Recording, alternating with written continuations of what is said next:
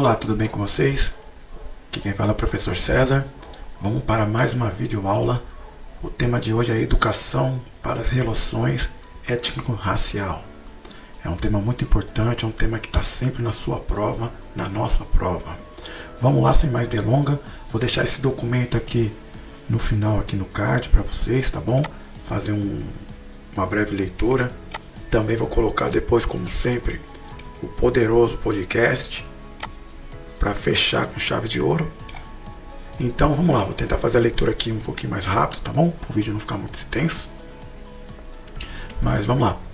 Resumo ERR, Política Educacionais. As bases legais. Temos duas leis importantes aqui, que é a Lei 10.639 de 2023, que torna obrigatório o ensino de História e Cultura Afro-Brasileira. Temos a outra lei, deixa eu marcar para não se perder aqui. Temos a outra lei, que é a Lei 11.645, que inclui também a História e Cultura Indígena. Ambas têm caráter obrigatório em toda a educação básica, pública e privada. Então essas duas leis aqui normalmente cobra a mesma lei, a lei seca mesmo. E o que elas fazem, tá bom? Então a primeira torna obrigatório o ensino de História e Cultura Afro-Brasileira, e a segunda inclui também a História da Cultura Indígena. Ambas têm caráter obrigatório, tá ok? Dando sequência, Política Nacional, estamos aqui, Política Nacional de Equidade e Educação para as Relações Étnico-Raciais e Educação Escolar Quilombola, o PNEERQ de 2024. Eu separei aqui, só o tópico importante mesmo. Eles prometem que vão ter um investimento de 2 bilhões até 2027 para formar 215 mil gestores e professores. Eles também trazem a implementação efetiva da educação escolar quilombola, o EEQ, e monitoramento das aplicações das leis. E por último aqui, reconhecimento e incentivo de práticas educacionais antirracistas. Então tá aí, a promessa que a Política Nacional da Educação traz, Então, se cair na sua prova, tá aí as promessas deles, tá bom? Já seguindo pro próximo, qual é o objetivo, da ERR? Primeiro, reconhecer e valorizar a diversidade afro-brasileira e indígena. Reconhecer a diversidade que há no Brasil. Segundo, promover igualdade racial e combate ao racismo. Claro, na sala de aula, no currículo, tá lá, tem que ser combatido a todo momento. Terceiro, formar cidadão crítico e consciente. Exato. Quarto, construir educação democrática e inclusiva. Esse é o foco fundamental que tem na educação hoje, É a questão de criar cidadão crítico, consciente, Combater o racismo, democracia, inclusão. Tudo isso aqui vai estar na sua prova de uma forma assim bem escancarada, eu tenho certeza. Vamos lá, o 5 é capacitar os professores e desenvolver práticas pedagógicas antirracistas. Aqui eu faço um parênteses, que capacitar os professores. Muitas vezes os professores, eles não são muito capacitados para isso. Nós, professores, eu também sou professor também, Muitas vezes a informação, não vem tão clara, Também falta de documentos, didáticos para trabalhar melhor essa questão, É aquela mudança e virada de chave, Antigamente era falar de racismo, era você, dia do racismo, dia da consciência negra, você vai lá e faz uma redação. Hoje você tem que trabalhar esse tema o ano inteiro, tá na LDB. Então, temos que cuidar, porque tem muitos professores, a verdade é essa, tem muita gente que precisa também se educar, Não ser também, não só antirracista, você tem que também não ser racista, Vocês me entendem? Outro tópico aqui, a aplicação na prática. Então aqui eu separei tópico por tópico certinho. Agora é na prática mesmo. A inclusão no currículo escolar. Isso daí tem que ter, Outra coisa, a formação continuada dos professores também são pontos-chave. O que mais? Material didático específico, os materiais que trabalham de verdade essa questão, não só raso, um trabalho profundo em cima, né, para conscientizar de verdade. E outra, ações afirmativas, exemplo como cotas, né? Essas ações afirmativas são ações que configuram e mostram a necessidade de todo momento você estar combatendo o racismo, apesar, né, de conta o Brasil tem uns 500 anos, né, mais ou menos 500 e alguma coisa, 300 e pouco foi escravocrata. Então isso é muito novo ainda, né? Apesar de ser muito tempo, mas na história, quando nós falamos de história, isso é novo. Então temos aí, ó, a aplicação na prática são esses tópicos aqui, ó. Tá bom? Vamos lá. Avanços recentes. Atualização. Deixa eu marcar um pouquinho aqui para não se perder. Aqui. Avanços recentes. Atualização da Lei de Cota 12.711 de 2012. Inclui inclusão de estudantes quilombola, extensão à pós-graduação e redução de critérios. A redução de critérios era 1,5 salário, agora passou a ser 1 salário, tá bom? E a inclusão dos estudantes quilombola nas pós-graduação também, né? Então tá abrindo, dando mais acesso, né? Dando mais direitos para aqueles que necessitam. Temos aqui também a criação de comissão normativa com o decreto 11.786 de 2023, a portaria do MEC 988 de 2023 e 1.356 de 2023, que são alguns decretos, né, que vai estar discutindo essa mesma questão, tá bom? Depois, se vocês quiserem, eu mando mais detalhado, mas nada mais do que fortalecendo o que está sendo dito aqui, tá?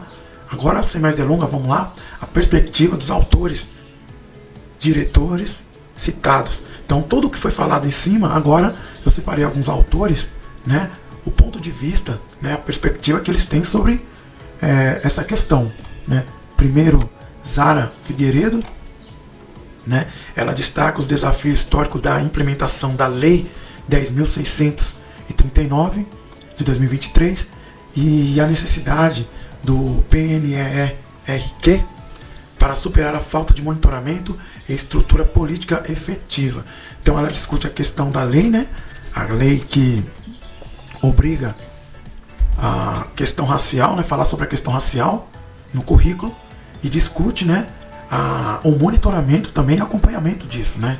Não é só colocar no papel, né? E ninguém observar se está acontecendo na prática, né?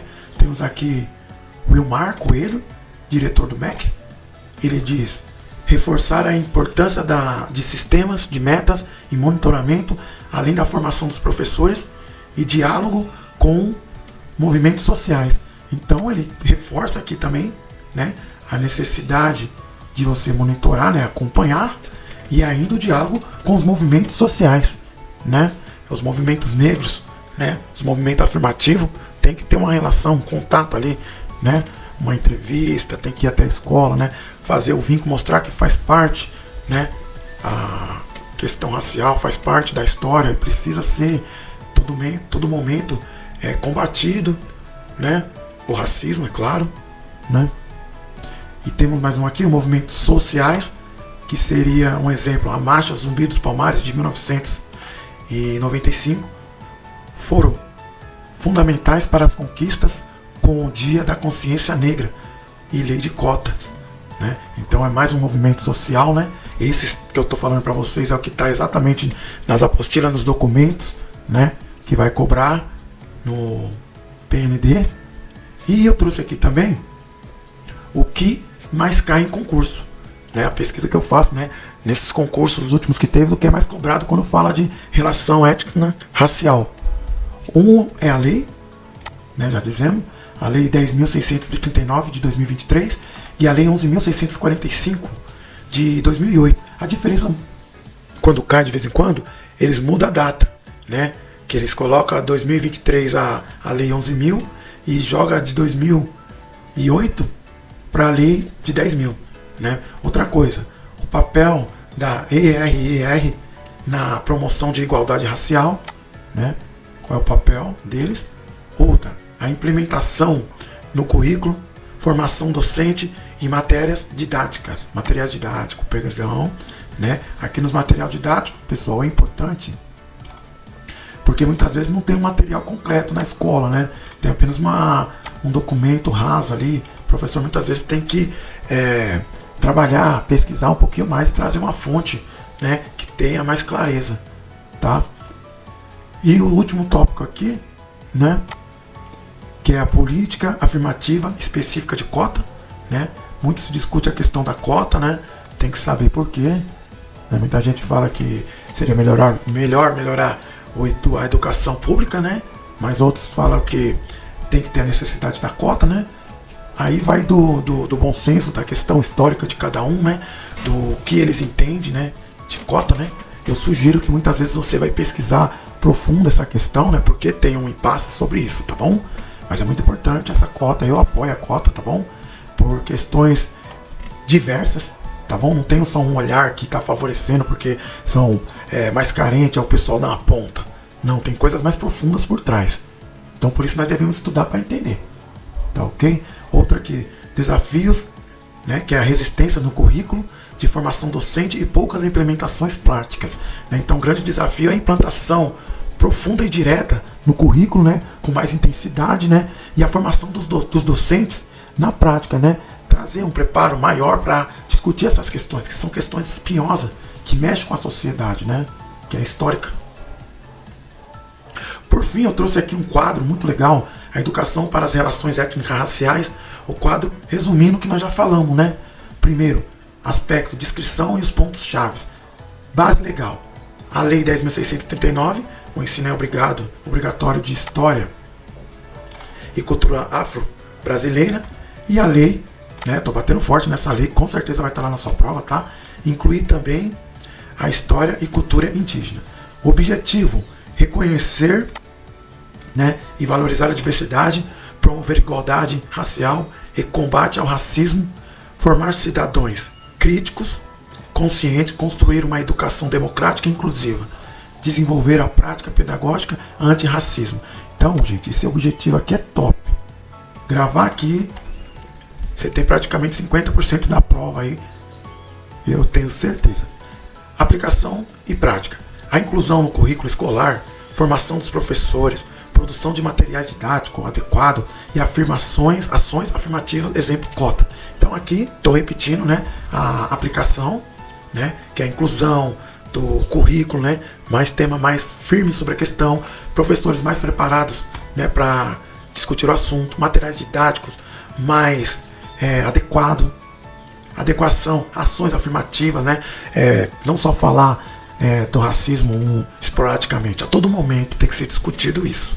Outro, política nacional, né, o investimento que eu já falei de 2 milhões, né, até 2027 o investimento, né, também 2015, gestores e professores, né, a formação, monitoramento das leis, né, acompanhar essas leis aqui que nós acabamos de falar, ó, a 10.639. Temos também aqui o avanço, né, recente, né, que é a cota 12.711, que é a inclusão dos quilombolas e a extensão pós-graduação e o critério da redução de renda, que era de 1,5 salário, agora é de meio, de 1,5 salário agora é meio salário. É isso mesmo. E os desafios, né, que é a resistência do currículo e a formação dos docentes. As perspectivas, quase não saiu, dos autores, né? Estou aqui repetindo em resumo, para fechar aqui, né? É o resumo para monitoramento rápido. O que mais cai? A lei, né? Falamos já da lei. O PNERQ, que é o investimento e os monitoramentos. As cotas, né? E os objetivos centrais, né, do ERR, que é a diversidade, igualdade racial e cidadania crítica. E os desafios é a resistência, monitoramento e estruturação. Pessoal, é isso então, tá bom? Agora vamos pro podcast. Um abraço, fique com Deus, não esquece de curtir e deixar o like. Um abraço.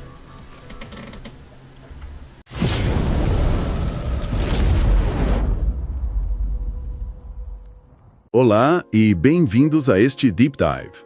Hoje, nosso foco é a Política Nacional de Equidade, Educação para as Relações Étnico-Raciais e Educação Escolar Quilombola, a PENIRC.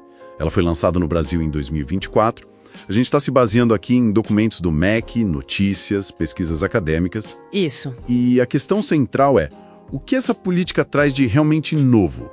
Porque, já faz mais de 20 anos, Exato. Desde as leis 10.639 e 11.645, que falaram, olha, tem que ensinar a história e cultura afro-brasileira, africana e indígena.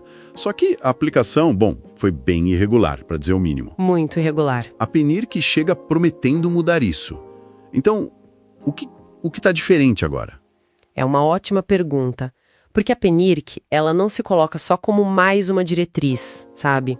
A ideia é tentar construir uma infraestrutura mesmo de governança, de monitoramento, coisa que claramente faltou antes.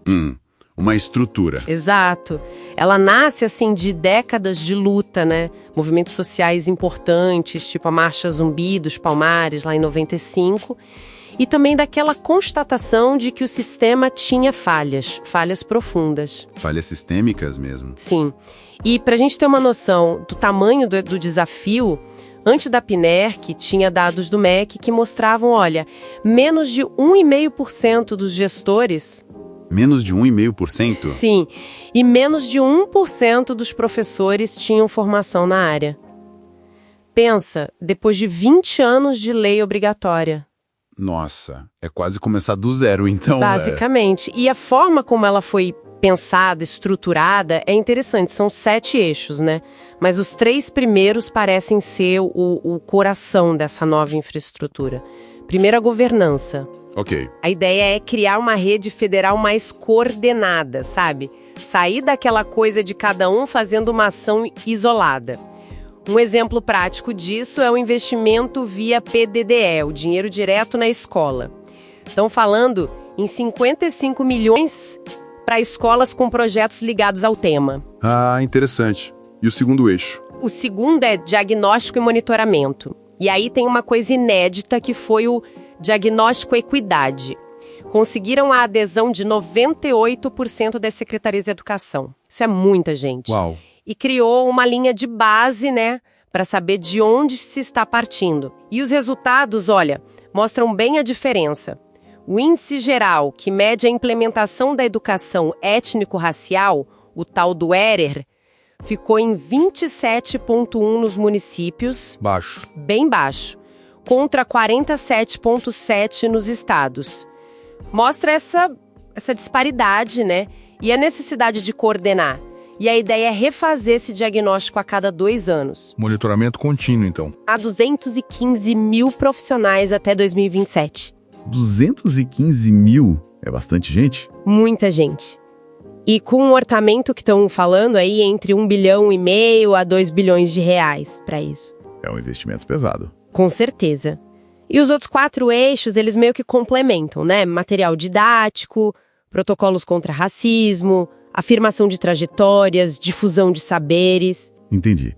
E tem um ponto que me chamou a atenção, o foco específico na educação escolar quilombola, a EEQ. Sim, isso é bem importante. A política parece que reconhece os desafios próprios dessas comunidades, Infraestrutura ruim, coisas que o próprio diagnóstico deve ter mostrado. Exatamente. Apontou sim. Isso se liga com outras coisas também, Tipo a atualização da lei de cotas, que agora inclui estudantes quilombolas explicitamente. Perfeito. Parece que a ideia é fortalecer a base na escola para que esses alunos, de fato, tenham chance de chegar na universidade pela cota, É essa conexão que parece ser a chave, sim. Sugere uma visão mais estratégica, De conjunto. Faz sentido. Mas, assim, a gente não pode ignorar os desafios, que são históricos. Ainda existe resistência na sociedade e a própria complexidade de articular União, estados, municípios no Brasil, isso sempre pesa. Sempre um desafio, né? Sempre. E um ponto que algumas análises levantam é a falta de um cronograma público bem detalhado para tudo. Isso pode afetar a transparência, o acompanhamento pela sociedade. Ponto de atenção. Com certeza. Fica a pergunta, como é que essa estrutura toda, que no papel parece bem robusta, vai de fato chegar na ponta, lá no chão da escola? Como ela transforma o dia a dia? Boa pergunta. Então, para a gente amarrar, a PNERC surge como uma resposta mais estruturada, baseada em diagnóstico, para aquelas dificuldades de implementar a educação antirracista que a gente já via apesar das leis. Isso. O foco está em diagnóstico contínuo, monitoramento, formar muito professor, ter protocolo claro contra racismo e uma governança mais azeitada. E com esse olhar especial para a educação quilombola e a conexão com a universidade. No fundo, é o Estado dizendo, ok, não basta ter a lei, precisamos criar as ferramentas para ela funcionar. Exatamente. É um reconhecimento dessa necessidade de ir além, né? De construir os mecanismos. E se a gente pensar um pouco mais amplo, a PNERC talvez seja uma resposta bem brasileira para lidar com o racismo estrutural. Como assim? Num país que por tanto tempo se apoiou naquela ideia, naquele mito da democracia racial. Ah, sim. Talvez a necessidade de políticas assim tão diretas, tão institucionalizadas, se torne ainda mais urgente, né? Com certeza. Para confrontar mesmo essa narrativa. Sim. Pode ser que essa necessidade de desconstruir esse mito tenha levado a criar políticas mais explícitas do que a gente vê em outros lugares. Uma característica nossa, talvez. Pode ser, e claro, né, o sucesso disso não vai depender só da máquina do Estado. Vai depender muito da vigilância, da pressão da sociedade civil, que, aliás, foi quem ajudou a construir isso. Com certeza. E isso deixa a gente com uma última reflexão, né? Para pensar mesmo. Além das estruturas, dos diagnósticos, do dinheiro investido, como é que uma política assim como a PNERC consegue, de fato, entrar na sala de aula? Mudar a prática do professor, mudar mentalidades que às vezes estão tão arraigadas, né? E que acabam reproduzindo o racismo, muitas vezes sem nem perceber ali no ambiente da escola. Como é que se muda de verdade a cultura da escola? Fica aí pra gente pensar.